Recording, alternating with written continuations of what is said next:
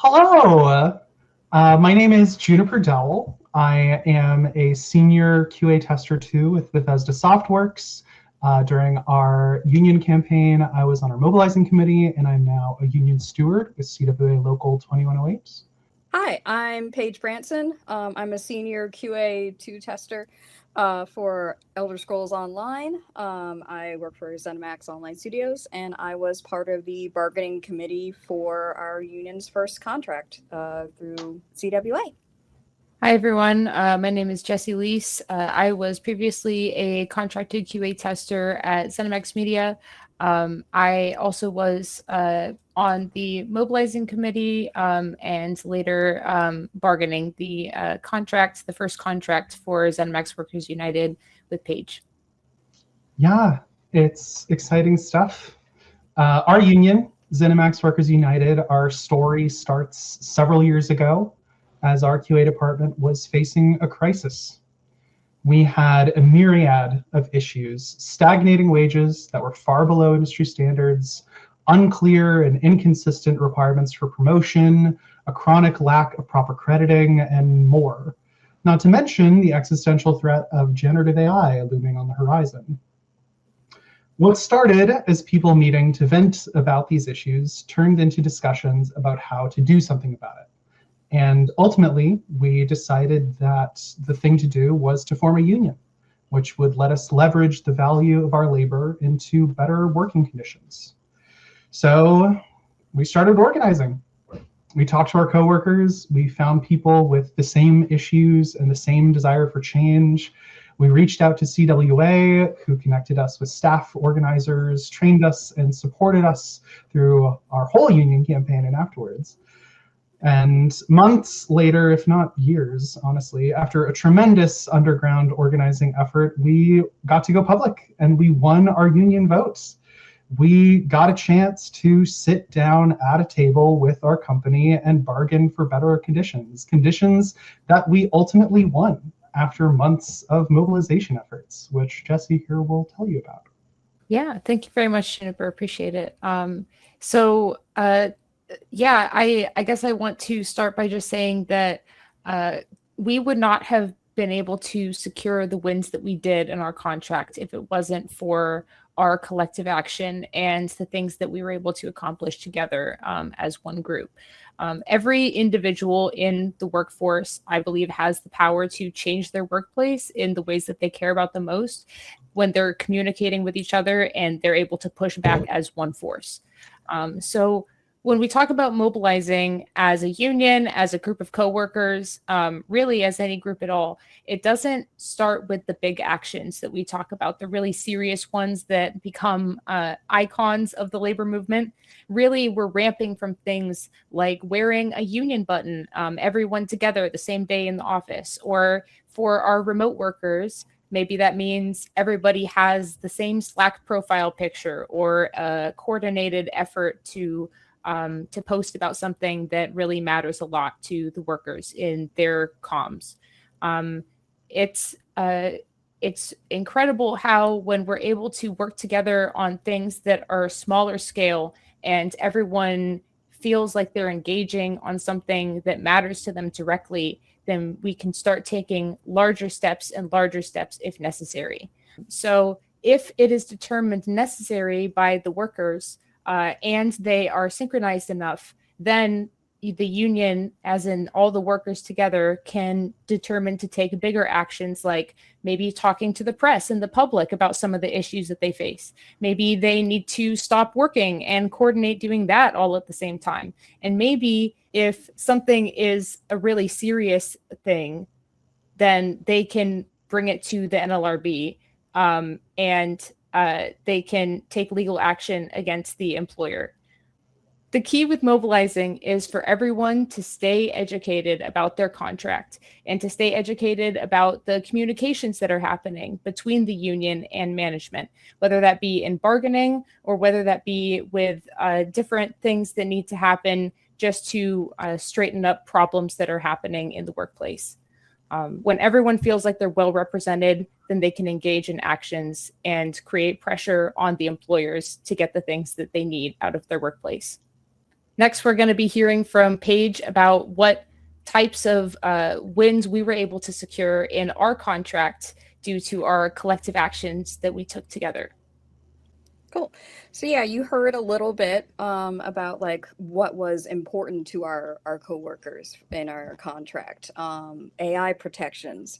We definitely had that as part of our contract from the beginning.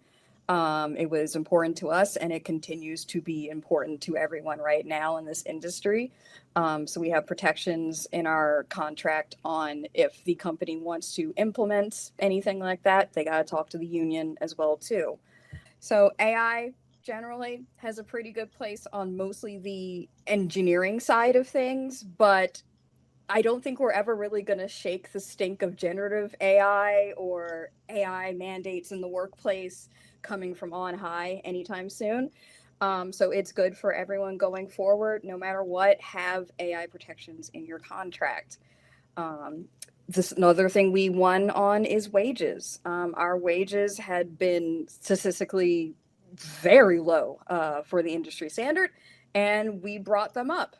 It's still nowhere near what I think and what many of us think that a lot of the game workers right now deserve. But hey, you gotta start somewhere. It's a start. We also had wins in professional development for people that want to stay in QA because they like it and want to learn more about the whole process, or people that want to bounce from QA to go do something else in the gaming industry. So now that's part of our contract, that people have an actual definitive pathway to learning new skills. And crediting was super important to us as well too, to get people's names right when they have life changes. Gonna get their names absolutely correct in the crediting as soon as possible. And to have more of QA actually be credited in games. That's something that just sometimes just doesn't happen. You see a studio name go by. Or just a handful of names. No, we want everyone that touched this game to be credited appropriately.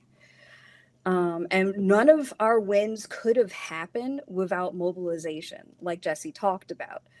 It was absolutely instrumental in the bargaining room, sitting across from Microsoft, for them to see and for them to know that we were together. We actually had solidarity in what we wanted and when we wanted it. It was absolutely helpful, from the tiniest little act of changing your icons to being on the picket line outside of work for hours on end. It all ended up mattering. Thank you so much, Jessee and Paige, for sharing your sides of our big story. And this is just 3 sides of a huge story, and one that's still going. We won our first contract last year, and since then we've been living under it, and it's been a pretty miraculous change for our department. If this sounds like you, if you have similar frustrations with your company or your department, change is possible. It can be done, and steps can be taken right now to make that change. The one that I would suggest, the basic, most low-level thing, talk to your coworkers. Just talk to each other. What are the issues going on, and what are people feeling? And just get connected with one another. That's how a union starts. It's just forming those connections and understanding what issues you guys are all facing together. Yeah, if I had to give one tip for someone who is considering starting their own union journey in whatever workplace that might be, it would probably be to assess what you want to secure the most about the workplace that you love, or picture what it is that you think needs to change the most, whichever it may be. And once you know what those things are specifically, then find out what others would want to change too, or what other people would want to secure about your job. And once you know what more people are feeling and you're having those conversations about it, you're only a few steps away from making these things a reality. Yeah, for me, my advice, I have a couple pieces of advice, but definitely for people to remember that there are more of us, there are more of us rank and file game workers than there are of the nameless people who also decide our fates. So just remember to just like stay together. Just definitely like solidarity is absolutely key at times like this, and especially like if you're gonna even like start forming a union with your fellow coworkers, definitely like stay together and just show that there are more of us than there are of them.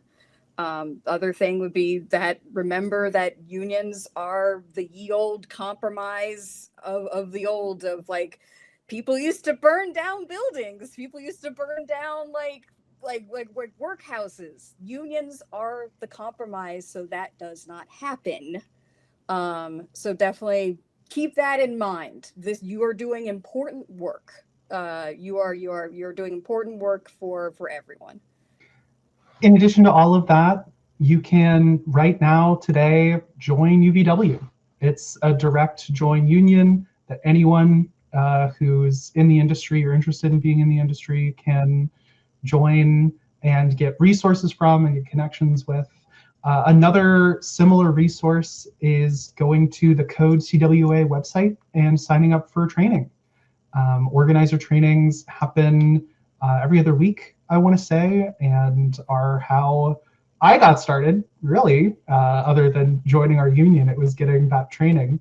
And that's a good way to get connected to staff organizers and start getting things kicked down the road. Change is possible. Change can happen.